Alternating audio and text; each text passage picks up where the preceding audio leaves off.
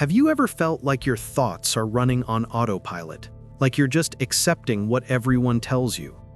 What if I told you the real power doesn't lie in answers, it lies in the questions you ask? Today, you're going to learn how to think like Socrates and why that can change your life. Let's begin. Have you ever noticed how most people fear doubt?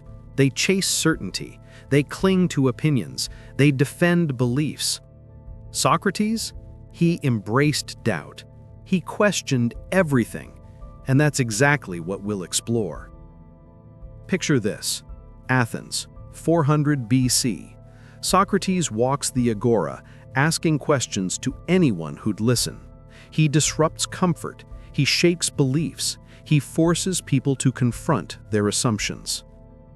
He wasn't mean, he was relentless. He believed that through questioning, truth emerges. Why should that matter to you in 2025? Because most of us live on autopilot. We accept beliefs inherited by family, culture, social media. We rarely stop to examine, do I believe this because I thought it through or because I swallowed someone else's idea? Here's a secret. The quality of your life is determined by the quality of your questions, not by your answers, but by the way you interrogate your own thinking. So, how do you actually think like Socrates? Here are the steps and mental habits to adopt. Apply them daily. Watch your mind shift. Cultivate radical curiosity. Don't settle. Ask why, over and over. Why do you believe what you believe? Why does that idea feel comfortable? Why do others disagree? When something seems obvious, that's your cue to dig deeper.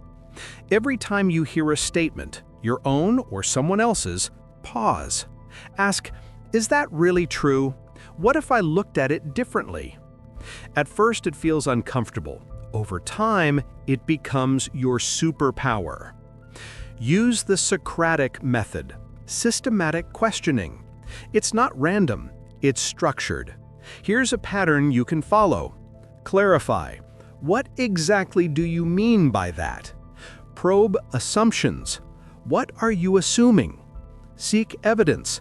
What supports this? Explore alternatives. What else could be true? Implications. If this is true, what follows?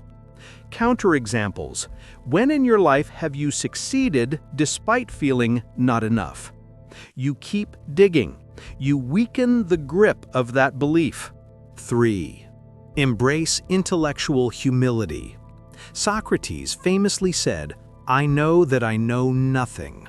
That's not arrogance, it's clarity. Recognizing your ignorance opens the door to learning.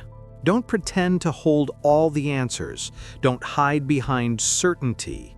Be okay with, "I don't know." That gives you space to explore, to evolve. When intelligent people argue, they often cling to being right. Socrates turned it around. He asked, "Let's examine this together." He invited others into the process, not the battlefield. 4. Build a habit of self-examination. Each night, review the day.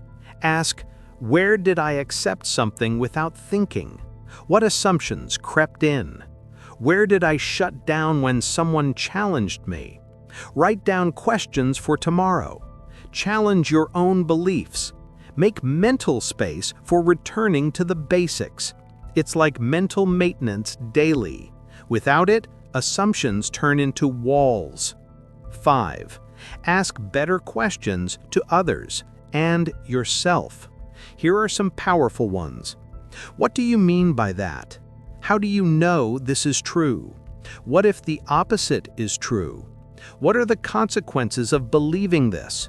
If this is valid, what must also be true? What assumptions am I not even seeing? Where could I be wrong? These questions aren't attacks, they're invitations to clarity. 6. Use the Socratic ladder in conversations. Start gentle. Ask clarifying questions. Then probe assumptions. Then escalate, ask for evidence. Then go further, expose contradictions or implications. Don't drop bombs at once. Climb steadily. When people feel attacked, they close off. But when invited to reflect, they often open up. 7. Turn your life into a questioning experiment. Frame big decisions as experiments. Let me test this hypothesis. See what data arrives. Let evidence shape you. You adopt a mindset, inquiry over conviction. Data greater than dogma. You treat beliefs like tools, not idols. 8. Beware common pitfalls. Confirmation bias, seeking what supports what you already believe. Groupthink, accepting ideas because everyone says it. Emotional reasoning, I feel this, so it must be true. Dogmatism, treating your beliefs as sacred, untouchable. Whenever you feel strong emotion, that's a signal. Slow down. Ask questions. Don't rush to conclusions. Now, let me share a story, a modern-day example. A friend believed he couldn't change careers. He felt trapped. He told himself, I'm too old. I don't have experience. But then he began to question, what does too old mean? Who decided that? What data do I have? Are there examples of career changers after 30, 40, 50? What skills are transferable? If I tried, what's the worst that could happen? He reframed it as an experiment. He took small steps, gathered data. Within a year, he was in a new career he loves. He didn't ask for permission. He asked better questions. Let me give you 3 powerful questions you can start using tomorrow. 1. What assumptions underlie my daily beliefs? 2. What evidence would change my mind? 3. What important questions am I not asking? Embed those in your life. Why does thinking like Socrates work so well? It builds clarity, it reduces blind spots, it tweaks your worldview continuously, it prevents stagnation, it makes you intellectually resilient, able to evolve.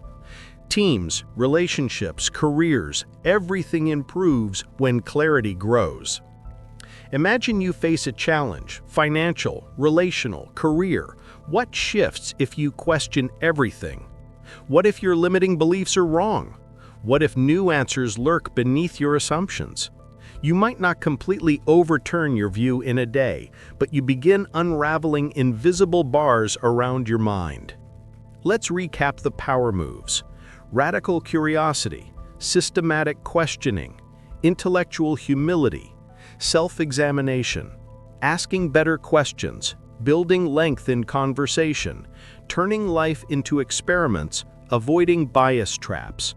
These aren't academic tricks. These are mental tools you can use daily. And now, a challenge for you. For the next week, spend 5 minutes a day asking questions about your biggest belief. Something you assume is true. Pick one. Ask why, what evidence, what alternatives. Write down your answers. Let the questions lead. Watch what unravels. One more story. Let's anchor emotion. I once spoke to someone who believed they were bad with people. They avoided conversations. They stayed quiet. But then they began to ask, where did that belief come from? What if I am okay with people? What data contradicts it? Little by little, they tested it, spoke up, observed outcomes. They discovered they were wrong about themselves. They rewrote their identity, not through a pep talk, but through questions. Thinking like Socrates is not about skepticism for its own sake. It's about clarity. It's about piercing illusions. It's about letting truth emerge through conversation with yourself and others. It's about humility and boldness working together. If you want real growth, don't meditate. Don't read more books. Ask better questions. Questions are the door to insight. Questions break mental prisons. Questions are your sharpest tool. You can start now. Pause. Ask, what assumption am I accepting right now? Then dig. Then evolve. If you're serious about leveling up, share this video with someone you know who needs it. Start conversations. Drop a comment with one bold question you'll ask tomorrow. And if you want to go deeper, I've got more tools in the linked resources. Remember, the greatest thinkers in history, Socrates, Plato, Galileo, they all questioned. They didn't settle for surface. They dug. You deserve no less. Question everything. Think like Socrates. Let your mind unfold. Let's begin now.